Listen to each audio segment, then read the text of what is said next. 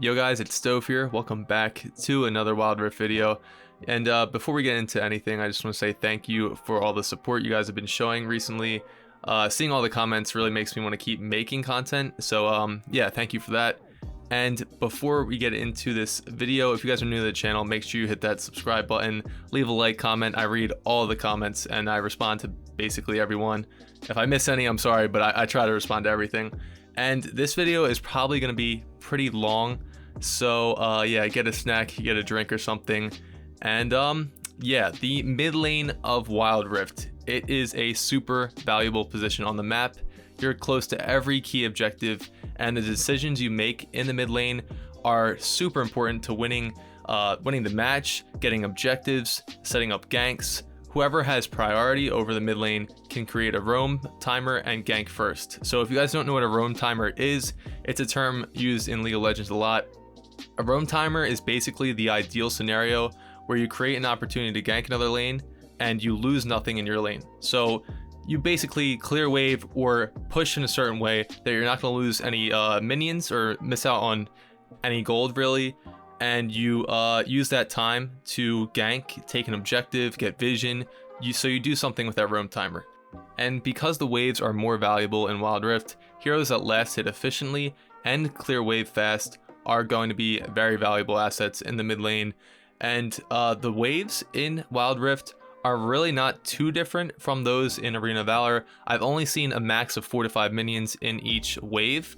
There was new gameplay, so I might be wrong. I have to go check that again. But yeah, it's not like massive waves like 7 minions in League of Legends. They're like a mix between the size of AoV, which is only 3 minions, and the size of League of Legends, which is 7 at like its max, I'm pretty sure.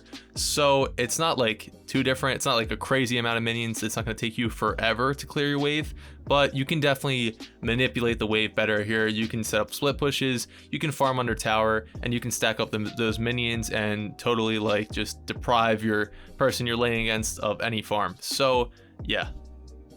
And here is a comparison between the sizes of the mid lane in Wild Rift and Arena Valor.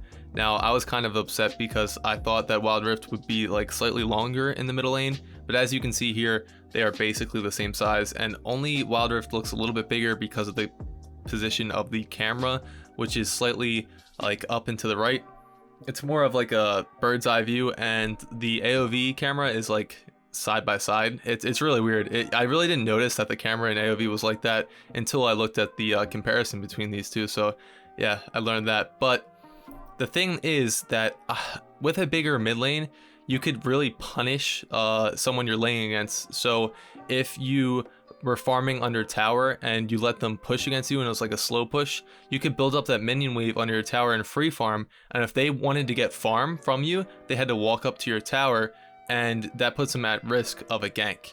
And because the lane is kind of small, if they have decent mobility, they're not really going to be ganked that easily now. And there's wards in this game, so I think ganking mid lane is going to be kind of hard in Wild Rift. So yeah. Alright, so now that we learned a little bit about the responsibilities of the mid lane, the size, the minion size, let's get into the heroes available to us in Wild Rift. Alright, now first we have Ahri. Ahri is super overpowered in League of Legends right now, but we'll see what she's like in Wild Rift. She can be played in the middle lane or support.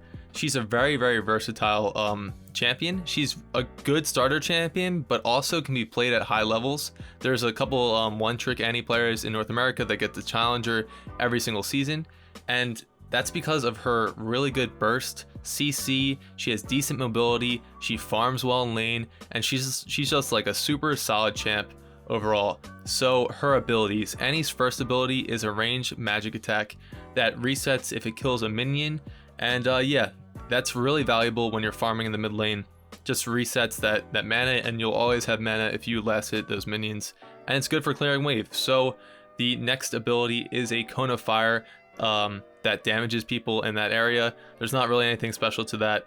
It just works with her passive. You'll see her passive at the end. The third is a movement speed up and damage resistance, and this has like a little yellow ring around you, so you get that movement speed buff. you get some damage resistance, and if people auto attack you, they get damage returned to them. So it is a very kind of OP movement ability when you look at that. And her ultimate, everyone knows, is Tibbers, her little bear that's on her back, comes to life, and it bursts enemies that it drops on, and it also attacks and burns them.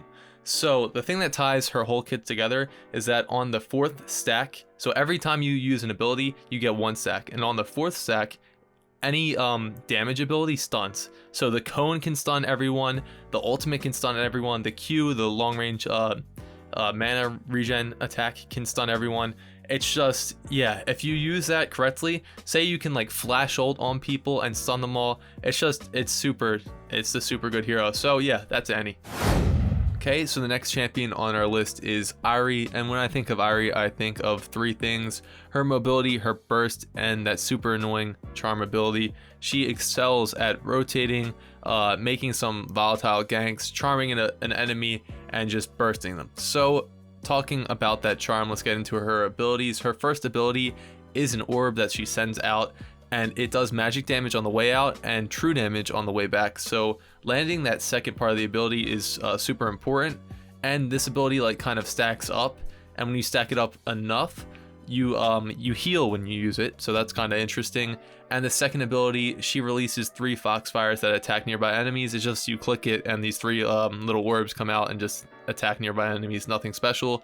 Her third ability kind of ties everything together, and that's the charm. She blows a kiss that damages and charms enemies hit. This makes the enemies walk towards her. Enemies that are charmed take more damage from her. So yeah, it just, that person that's charmed walks to your whole team and they take more damage from you. So you're basically dead if you get charmed and you don't have Purify. It's kind of OP. And her ultimate is these 3 dashes you get, and it does like 1 magic bolt every time you dash. So it's just kind of a basic movement ability, just 3 dashes with a little bit of damage tied in with it. And her passive is kind of simple. You just gain movement speed when 2 spells hit someone in a short amount of time. So her kit is revolved around that mobility. And yeah, so I would just recommend when you guys play Ahri to gank a lot, land that charm, and you'll just win games. And the next hero on our list is Cassiopeia.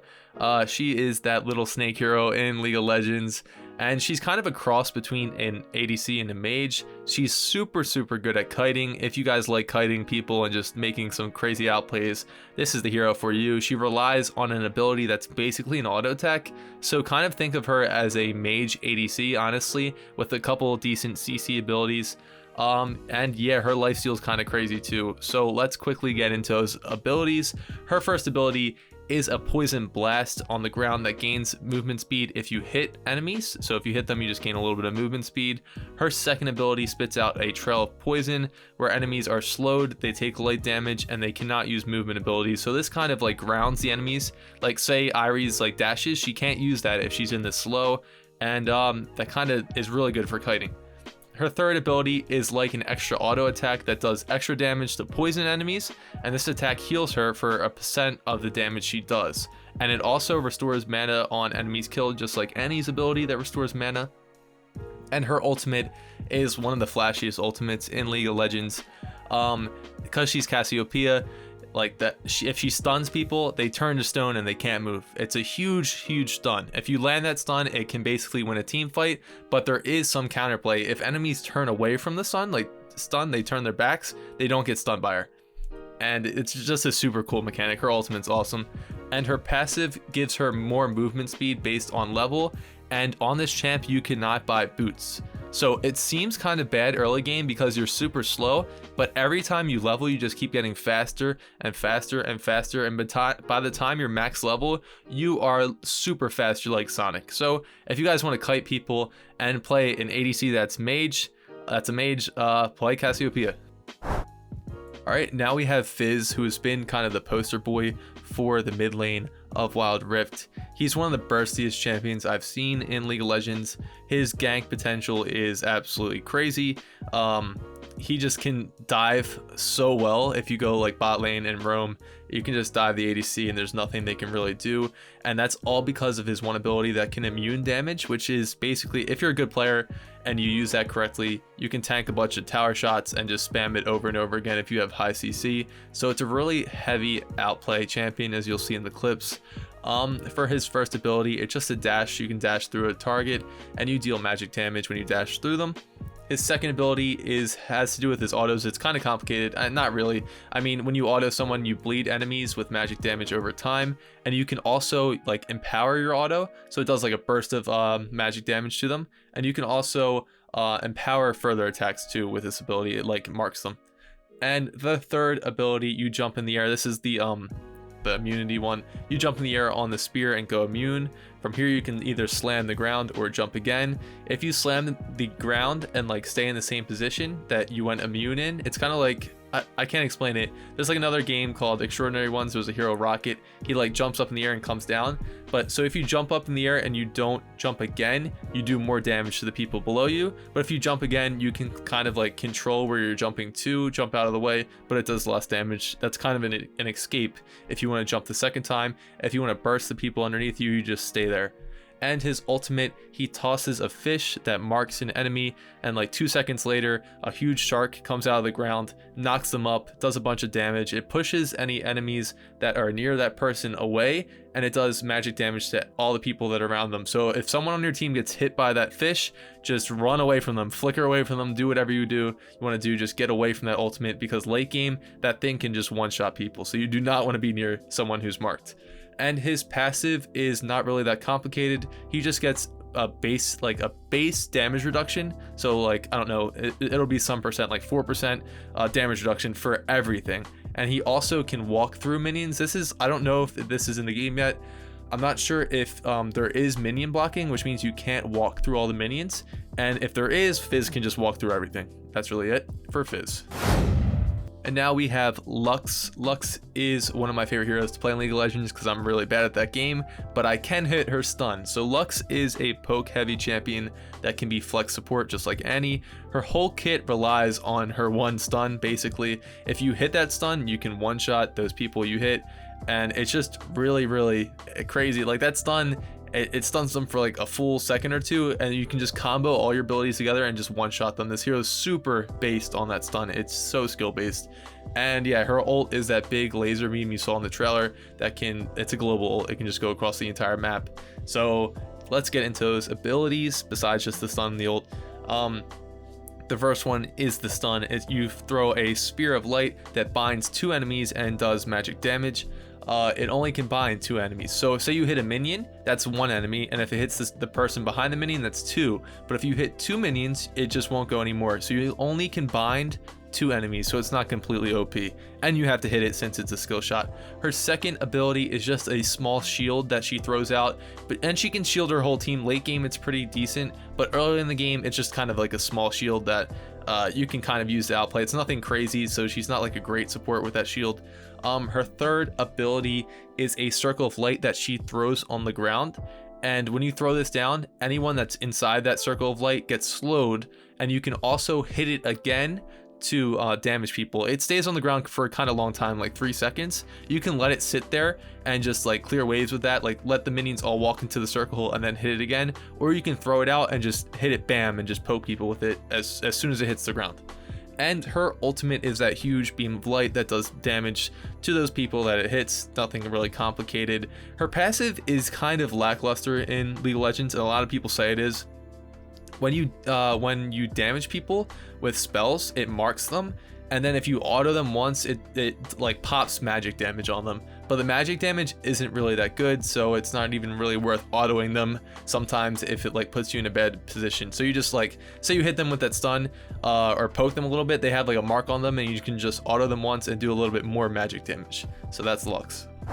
Next we have Orianna, the robot girl that you saw in the trailer. Her kit is all about the placement of that metal ball she has. She has really, really good CC. If you land that ball and just bring everyone together, you can burst the whole team and just set up for some really good team fights and combos with your team. She's kind of like she can be played support too, but I'm not sure in Wild Rift. it just depends on her like stats and her numbers on her abilities. But yeah, she does have some crazy CC if you are skillful with her metal ball. Like, it's literally all about controlling where that ball is, helping your team, and just positioning. This hero really relies on your positioning and how good you are with that ball. And you can also buff your teammates with her. Like I said, she's kind of like a supportive mage that can also do a ton of damage. And the first ability for her, she sends out a ball to the target location, and it does less damage to targets that are after the first. So it does like a bunch of damage to someone that passes through, and say it hits minions after it hits that person, it doesn't really do as much damage. The second ability, well, actually after you use that first ability, the ball will stay on the ground where you hit it to. And the second ability, the ball on the ground pulses and does magic damage. So it like has this little circle around the ball, like a little blue circle, and if enemies walk through that, it slows them. So say they're like walking over the ball by accident, you just hit that pulse, it does damage and it slows them, and your teammates that walk through it will get sped up. So that's pretty good too. And the third ability, she sends a ball to an ally and shields them. This also gives them armor and magic resistance, and it also hurts any enemies that it passes through. So say there's an enemy between you and your teammate, and you throw the ball to your teammate, it does damage to the person that's in between you guys. And the fourth ability, her ultimate, the really big one. So say you leave the ball inside the Baron pit or something, and they're all doing Baron, and they don't recognize it's there. You just pull them all together. So whoever's around the ball gets pulled all together. You can like flicker, throw the ball to the people, and pull them all together. It doesn't have to be on the ground already, but yeah, it just sucks everyone that are next to the ball, and yeah, it does massive damage to them. And her passive is based on her autos, which is kind of weird. You wouldn't expect this, but the more autos you do to someone, the more magic damage it does. So if you just sit there and auto someone, you can just auto them to death with magic damage. So you don't want to get autoed by this hero if you're lane. All right, and the next hero on the list is Twisted Fate, one of my personal favorites. He's a really cool looking hero. He's a super farm heavy champ. When you play this champion, he's not like a crazy just bursty magic damage. You have to be really skillful in the way you farm, the way you split push, the way you use your CC and teleport. He's not a brain dead hero. He's not like some heroes like Fizz, you can just run in and just kill someone. You have to play skillfully, you have to know your limits of the hero, and you have to work with your team and try to farm efficiently. He also can be played like AD or AP, like Valheim. He can go both because his kit kind of relies on his autos and the stuns, so he kind of makes for a good ADC also. So for the first ability, you throw 3 cards out from yourself and it damages enemies they go through. Pretty basic, it's just his basic poke ability.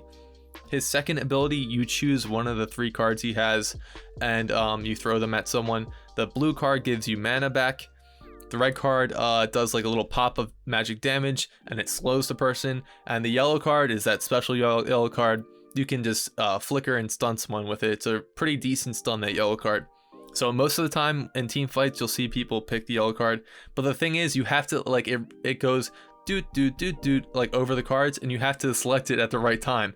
So it's kind of like a skill game. Like it doesn't automatically, you can't just pick the yellow card and it automatically goes to it. You have to like time it. It's like a little mini game when you're picking the cards. It's kind of cool. And the ultimate ability reveals all enemies on the map, and you can teleport anywhere your ultimate is in range to. Like you can kind of teleport across the map, and it only takes you 1.5 seconds to teleport. So that teleport is super fast. It's like a second teleport and you're already there. So you can roam really well. So say someone's like 1 health running back to their tower, you can just run over there with your yellow card, stun them, and just kill them. He's really good at cleaning up kills like that. And the passive kind of ties in his whole kit together.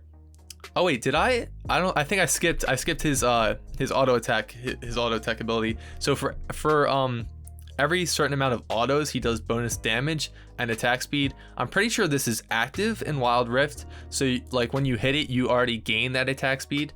So that's pretty cool. It's not really a crazy ability. Just every fourth auto, I think it is, he does the extra attack speed and bonus damage. And his passive, he gets a random amount of gold from any enemies and minions he kills. So say you kill a minion, it's anywhere. I don't know how much gold it's going to be, like in League of Legends, but you just get extra gold, a random amount of gold from minions when you kill them. So he's really good at farming. Make sure you farm on this hero. And of course, we have to have Yasuo in this video. He is the most recognizable mid laner in League of Legends. He is known for being the feeder that comes online after 12 deaths. He is a very high skill based hero. Please do not, you can play this, but it is kind of hard to master this hero. If you have the right mechanics, go ahead, go and try them. But yeah, if you're a noob, I really would not suggest playing Yasuo when Wild Rift starts out. He combines deadly CC with the wind wall for like some crazy combos. He is AD, by the way. He relies on crit chance, so please do not pick this if you guys need some magic damage from the mid lane. Make sure you have someone doing some decent magic damage on your team before picking Yasuo or you're trolling. So his first ability is a thrust forward with his sword that damages enemies, and it gives you a stack. At 2 stacks, you fire a tornado instead of thrusting the sword forward, and it knocks people up. So this ability also scales like a basic attack. He really relies on crit chance and basic attacks in his kit. His second ability is the infamous wind wall, which you can do some pretty creative outplays with. It just blocks all projectiles between you and the wind wall. So yeah, say someone is on one side of the wind wall and you're on the other, and they walk through, you can walk through the other way and just keep blocking. It's a really cool mechanic. And his third ability is a dash through enemies, and you do magic damage when you dash through them, and the more enemies you dash through, the more magic damage you do. So it keeps going up and up. But the trick is you only can dash through an enemy one time, and then it goes on cooldown. So say you dash through a minion, it's like a couple seconds until you can dash through that minion again. So you have to be careful with this ability. Like say you dash through one minion, you skip one, and then you dash through the next minion, so you can dash through that one in the middle. You have to be very careful which minions and heroes and enemies you dash through, so you can actually escape. And his ultimate, you may have seen in the trailers, he dashes to anyone that's knocked up, and he does a bunch of damage to them, like slices them with his sword a couple times and keeps them in the air and does extra critical damage. Oh wait, actually after his ultimate, his critical strikes gain pen. So yeah, after you hit that ult, you're gonna be doing a lot of damage. This guy is super crit heavy, and that's why sometimes they play him in the bot lane as like an extra like a melee ADC, because that's basically what Yasuo is. He's a melee ADC with decent CC. And his passive kind of ties that whole crit chance all together. He gets double crit chance, and he gains shield the more you move. So he's basically based on his little movements and crit chance. That's all this hero is, and you just have to be skillful using his kit. And now we're on to one of my personal favorites, that is Zed. This is probably one of the highest outplay potential heroes or champions I've ever seen in a game or a MOBA. He is just super deadly to ADCs. Like, man, you can just jump on an ADC and burst them down. There's nothing they can really do about it. But he has to be played right to be effective in the right comp and team. Like, you can't just pick him randomly because he's AD and he doesn't do crazy magic damage or anything. You have to know when to pick him, and you also have to know when to like who to pick him against. He's not going to be good in every team comp. And that's what I hear a lot in League of Legends, that he's not really good unless you master him too, because the masters know how to play around certain heroes, know when to gank, know when to use their ultimate. And let's get into those abilities so we actually know what he does. The first ability, he throws a shuriken, and the shadow does too. That's all he really does. He just throws a shuriken. That's his first ability. Second ability, he summons that shadow that replicates him, and it replicates abilities. And it also gains energy when you in the shadow, say you throw your shuriken and both you and the shadow hit that shuriken, you gain energy. So yeah, and you also can switch with that shadow. So say you throw your shadow out to the left, you can switch to that one and just teleport over there. So that's pretty cool. And the third ability, Zed just slashes, him and his shadow just slash. His first ability is that shuriken and like the slash. So what you do is, sometimes you want to throw your shadow out, slash, and throw the shuriken at the same time. So you just burst them really quick and do 2 abilities and get that energy up. And his fourth ability, the ultimate, is untargetable, so nobody can hit you while you're doing it. And you dash to a champion and mark them.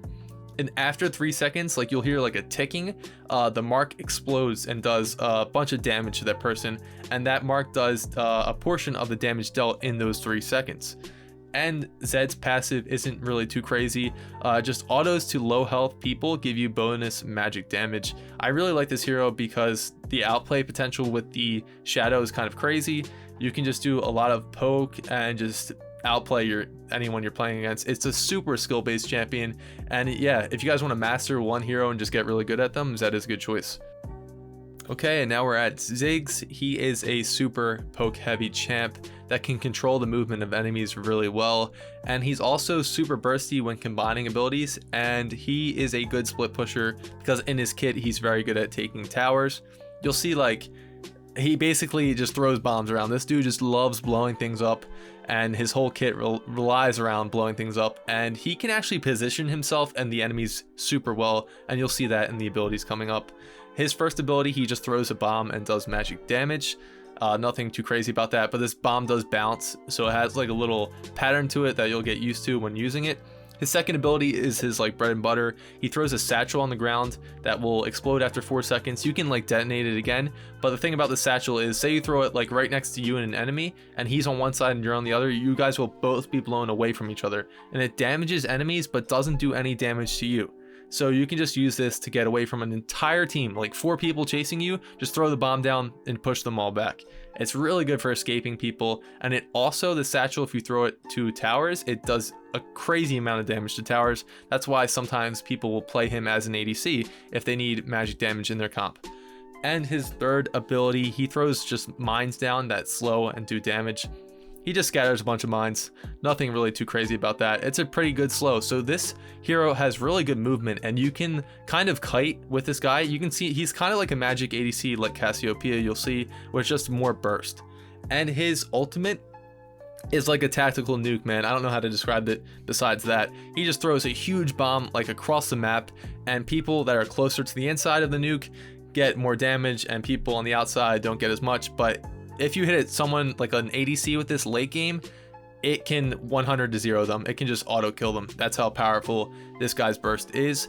And getting into his passive, the next basic attack does magic damage, and the cooldown of that magic damage is reduced whenever you use an ability. So you just spam an ability, and then in the next auto will probably have extra magic damage on it. This hero is really good at comboing his abilities and just kiting enemies, and he's kind of ungankable. Honestly, if you have flash and you have satchel, what is someone supposed to do unless they have hard CC on you? You just use the satchel to jump away. You can split push pretty safely across the map, and you also can impact team fights across the map with that huge ultimate. So he's just a really solid hero overall. And yeah, guys, that's it for my mage guide. I'm going to be adding Diana and Aurelian Soul into one of the next videos because I don't feel like getting more gameplay for them for this video, and I'm basically done it.